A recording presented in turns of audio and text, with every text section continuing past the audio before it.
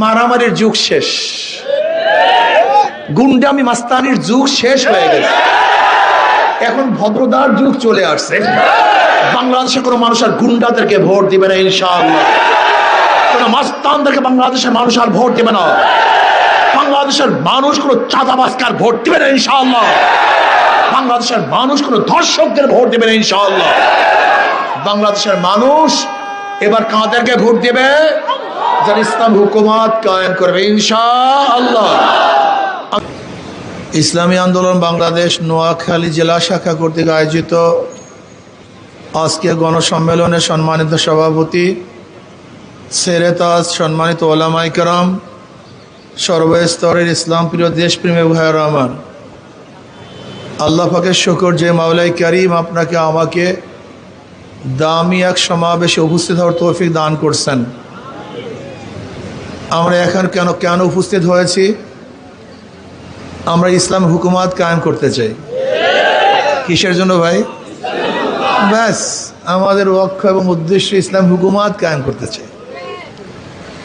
ইসলাম হুকুমাত কায়েম করলে লাভটা কি? ভালো থাকবেন, সুখে থাকবেন, শান্তিতে বসবাস করবেন, জুলুম থাকবে না, অত্যাচার থাকবে না, অবিচার থাকবে না, কেউ ক্ষুধার্ত আমরা থাকবো না, বস্ত্রহীন থাকবো না, চিকিৎসাবিহীন ইনশাআল্লাহ মারা যাব না, আমাদের মা বোনেরা ধর্ষিতা হবে না, জুলুম অত্যাচার চলবে না, অর্থনৈতিক ভারসাম্যতা রক্ষা হবে, ভারসাম্যতা, কেউ 100 তলায় কেউ নিচতলায়, এটা হবে না ভাই। ইসলামী হুকুমাত আসলে আমরা জানি না, আমরা বুঝি না। আমাদের সমস্যা হলে এই, আমরা ইসলামী হুকুমাত উনি এইটা নেই আর পুরা মজলিসটাকে ধ্বংস করে দিল, এটা এই তো সমস্যা। ধরেন নেন, ওইটা দিয়ে দেন। কি যে ফাজলামি করে মানুষ, কথাবার্তা বলবো এই সময় যত ঝামেলা পাকায়। ইসলামী হুকুমাত সম্পর্কে আমরা জানি না, বরং ইসলামী হুকুমাতের ব্যাপারে আমাদের মধ্যে ইসলাম ফোবিয়া আছে। এর বহুত কারণও আছে।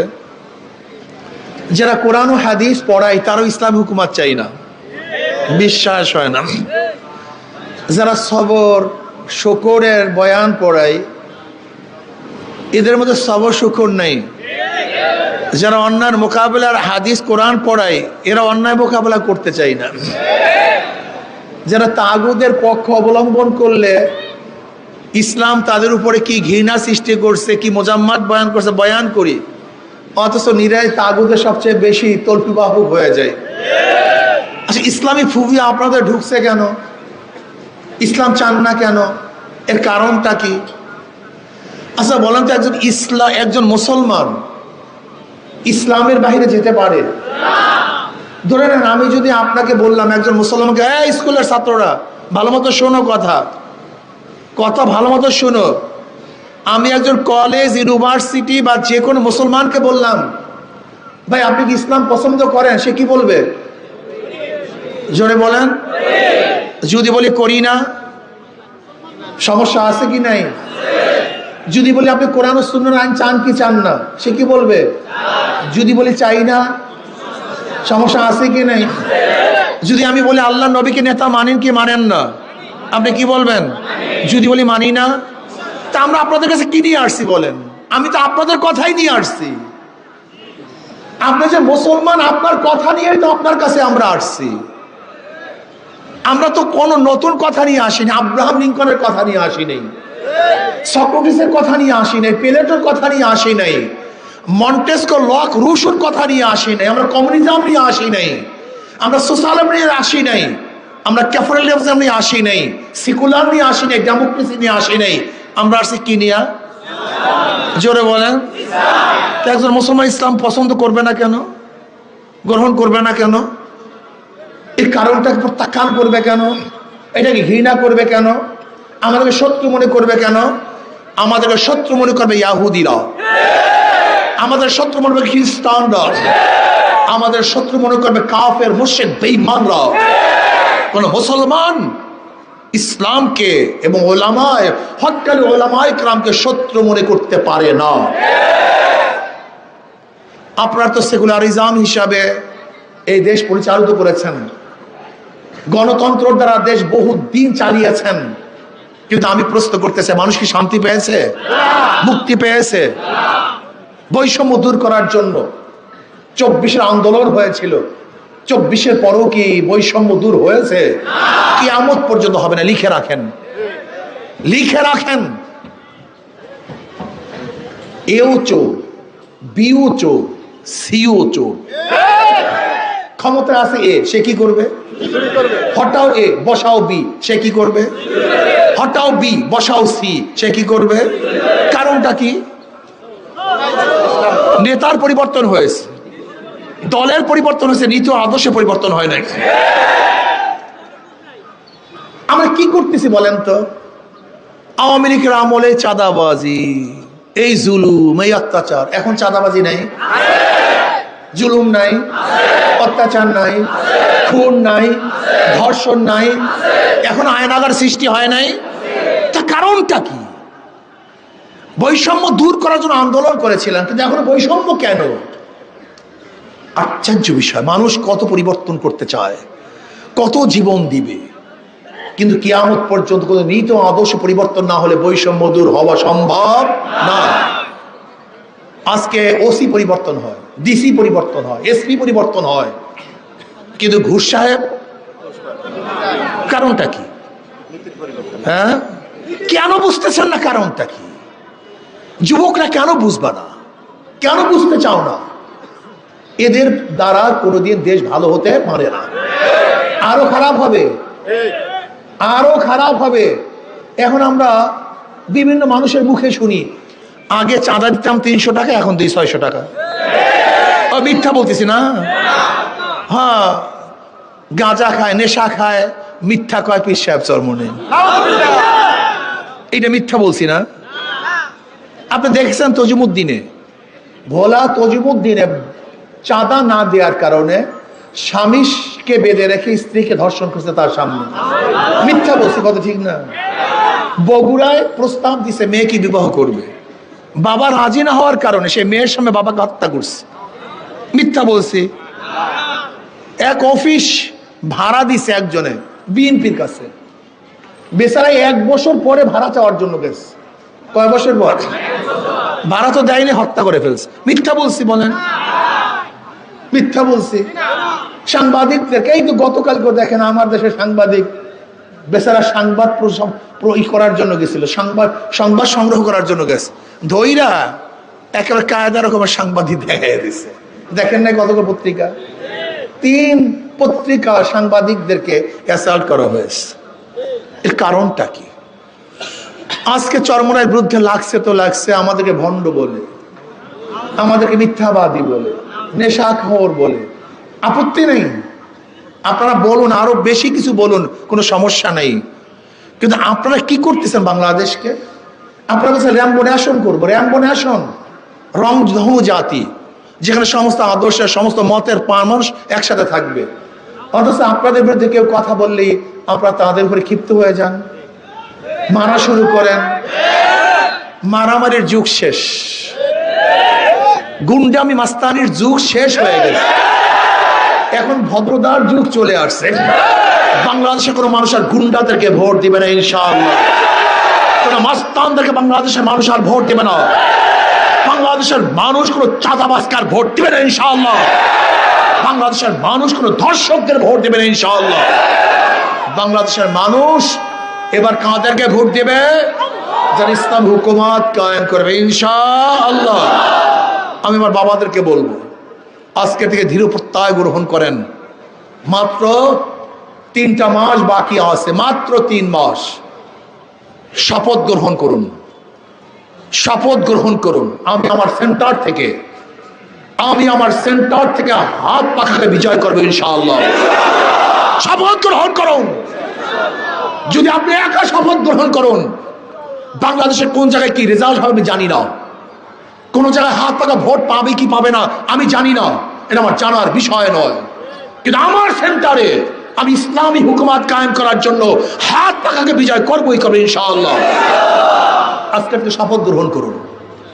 যদি প্রত্যেকটা নেতা কর্মী নিজের সেন্টার নিয়ে চিন্তা করেন, আমি আমার সেন্টারে সর্বোচ্চ ভোট দেবো হাত পাকাকে, যদি আপনি আপনার সেন্টার নিয়ে চিন্তা করুন, মাত্র ভোট একটা সেন্টার 3000 বা 3500 বা 2500 বা 2000 বা 4000 ভোট।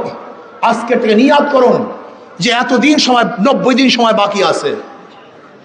আমি একজন মানুষ, আমি একা কর্মী, একজন ভোটারের কাছে আমাকে কত সময় যেতে হবে, কতবার যেতে হবে, আমি হাতে ধরবো, পায়ে ধরবো, অবশ্যই হাত পাকায় ভোট নিয়ে আসবো। বলে কেন হাত পাকায় ভোট নিয়ে আসবেন? দেখেন, যারা নৌকায় নির্বাচন করে নিজেরা নৌকা চালাতে পারে না, যারা ধানের শীষে নির্বাচন করে নিজেরা ধান কাটতে পারে না, যারা নাঙ্গল নিয়ে নির্বাচন করে নিজেরা আঙ্গল বইতে পারে না, যারা কুঠা নিয়ে নির্বাচন করে নিজেরা কাঠ ফাটতে পারে না, যারা গরুর চাকা নির্বাচন করে নিজেরা গরুর গাড়ি চালাতে, নৌকা কারা চালায়? গরিবরা। ধান কারে কাটে? গরিব। নাঙ্গল কারা বয়? সব মার্কাগুলি গরিবদের, কিন্তু যারা নির্বাচন করে একজনও গরিব না। মার্কা কাদের? কিন্তু যারা নির্বাচন করে সবটাই ধনী, একটাও গরিব না, সব ধোঁকাবাজি। অর্থাৎ নিজের মার্কার সাথে নিজের কাজের মিল নাই। কিন্তু হাত পাখা এমন একটা প্রতীক, হাত পাখা এমন এক প্রতীক। এই যে দেখেন হাত পাখা, যে নির্বাচন করে সেও ঘুরাতে পারে, যারা সমর্থন করে তারাও চালাতে পারে, পুরুষরাও চালাতে পারে, মহিলারাও চালাতে পারে, ধনীরাও চালাতে পারে, গরিবরাও চালাতে পারে, ছোটরাও চালাতে পারে, বড়রাও চালাতে পারে। হাত পাখা প্রয়োজন মুসলমানদের, হাত পাখা প্রয়োজন হিন্দু, খ্রিস্টান, বৌদ্ধদের। কাউর মার্কা, কাউর মার্কা ঘুমের সময় বুকের উপরে থাকে না। কাউর মার্কা না, কাউর মার্কা ঘুমের সময় বুকের উপরে থাকে না। একটা মার্কা যেটা ঘুমের সময়ও বুকের উপরে রাখে, তার নাম হাত পাখা। হাত পাখা হিন্দুকেও শান্তি দেয়, খ্রিস্টানকেও শান্তি দেয়, মুসলমানকেও শান্তি দেয়, বড়দেরকেও শান্তি দেয়, ছোটদেরকেও শান্তি দেয়। তার মানে এটা হলো শান্তির প্রতীক। আমি বিশ্বাস করি হাত পাখা যদি বিজয় হয়, এই জাতি বিজয় হবে। হাত পাখা বিজয় হয়, দেশ বিজয় হবে ইনশাআল্লাহ। কারেন্ট ফেল করে, হাত পাখা ফেল করে না। কারেন্ট ফেল করে, হাত পাখা ফেল করে না। আজকে থেকে ইনশাআল্লাহ হাত পাখার সুবাতাস সব জায়গায় ছড়িয়ে দেওয়ার জন্য এখানে যারা আসছেন নেতা কর্মীরা, আমি অনুরোধ করব, মিথ্যাকেও হাত তুলবেন না। আজকে থেকে কে কে নিয়াত করতে পারেন, আমি আমার সেন্টারে, শুধু আমি আমার সেন্টারে গোটা বাংলাদেশে হাত পাখা একটা ভোট পাবে না, এটা আমার দেখার বিষয় নয়। কিন্তু আমি আমার সেন্টারে হাত পাখাকে ফার্স্ট বানাবো ইনশাআল্লাহ। কে কে রাজি আছেন? 2 হাত তোলেন। নারায়ে তাকবীর, নারায়ে তাকবীর। সব মার্কা দেখা শেষ, সব মার্কা দেখা শেষ। কোরআন সুন্নাহর আলো, কোরআন সুন্নাহর আলো। আমি অনুরোধ করব, সময় নেই, ভেদাভেদ ভুলে যান, সব চিন্তা ভাবনা বাদ, এখন থেকে হাত পাখার প্রচারে নেমে যা পড়ুন। সর্বোচ্চ সময় দেন, সর্বোচ্চ সময় দিতে হবে হাত পাখার পক্ষে। সময় নাই, বাতিলদের মোকাবেলা আমাদেরকে বিজয় অর্জন করতেই হবে ইনশাআল্লাহ। আমরা বিজয় অর্জন করবই করবো। হিম্মত নেন, খুলুসিয়াতের সাথে নামেন ইনশাআল্লাহ। যদি আপনারা নামতে পারেন নামার মতো ইনশাআল্লাহ, ওয়াজাহিদু ফিল্লাহি হাক্কা জিহাদি, যুদ্ধ করতে হবে যুদ্ধ করার মতো, চেষ্টা করতে হবে চেষ্টা করার মতো ইনশাআল্লাহ। পিআর সিস্টেম নির্বাচন চাই। যদি পিআর সিস্টেম নির্বাচন তার সমস্ত ভোটগুলি কাজে লাগবে, তাহলে কি হবে? 40% ভোট পেয়ে 60% মানুষের উপরে কর্তৃত্ব আর চলবে না। জাতীয় সরকার গঠন হবে, সমস্ত আদর্শের মানুষগুলি সংসদে থাকবে, রাস্তায় মারামারি কাটাকাটি হবে না, বক্তব্য আলোচনা সব সংসদে হবে। এই জন্য পিআর সিস্টেম নির্বাচন চাই, সন্ত্রাসমুক্ত দেশ চাই।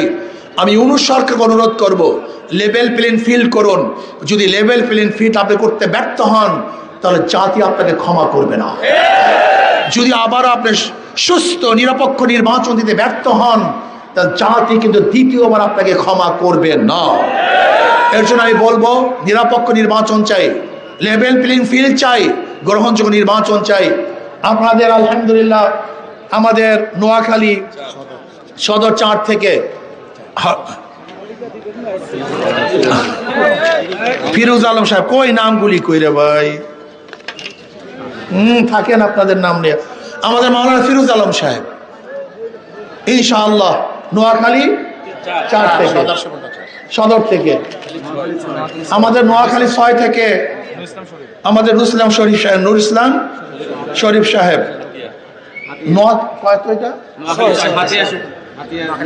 হাতিয়ার থেকে, আল্লাহ কবুল করে নেন। নোয়াখালী 3 থেকে আমাদের মাওলানা নুরুদ্দিন আমরতপুরি সাহেব, আল্লাহ ওনাকে কবুল করে নেন। নোয়াখালী 5 থেকে আলহাজ আবু নাসের, আল্লাহ পাক ওনাকে কবুল করে নেন। আমার জন্য দোয়া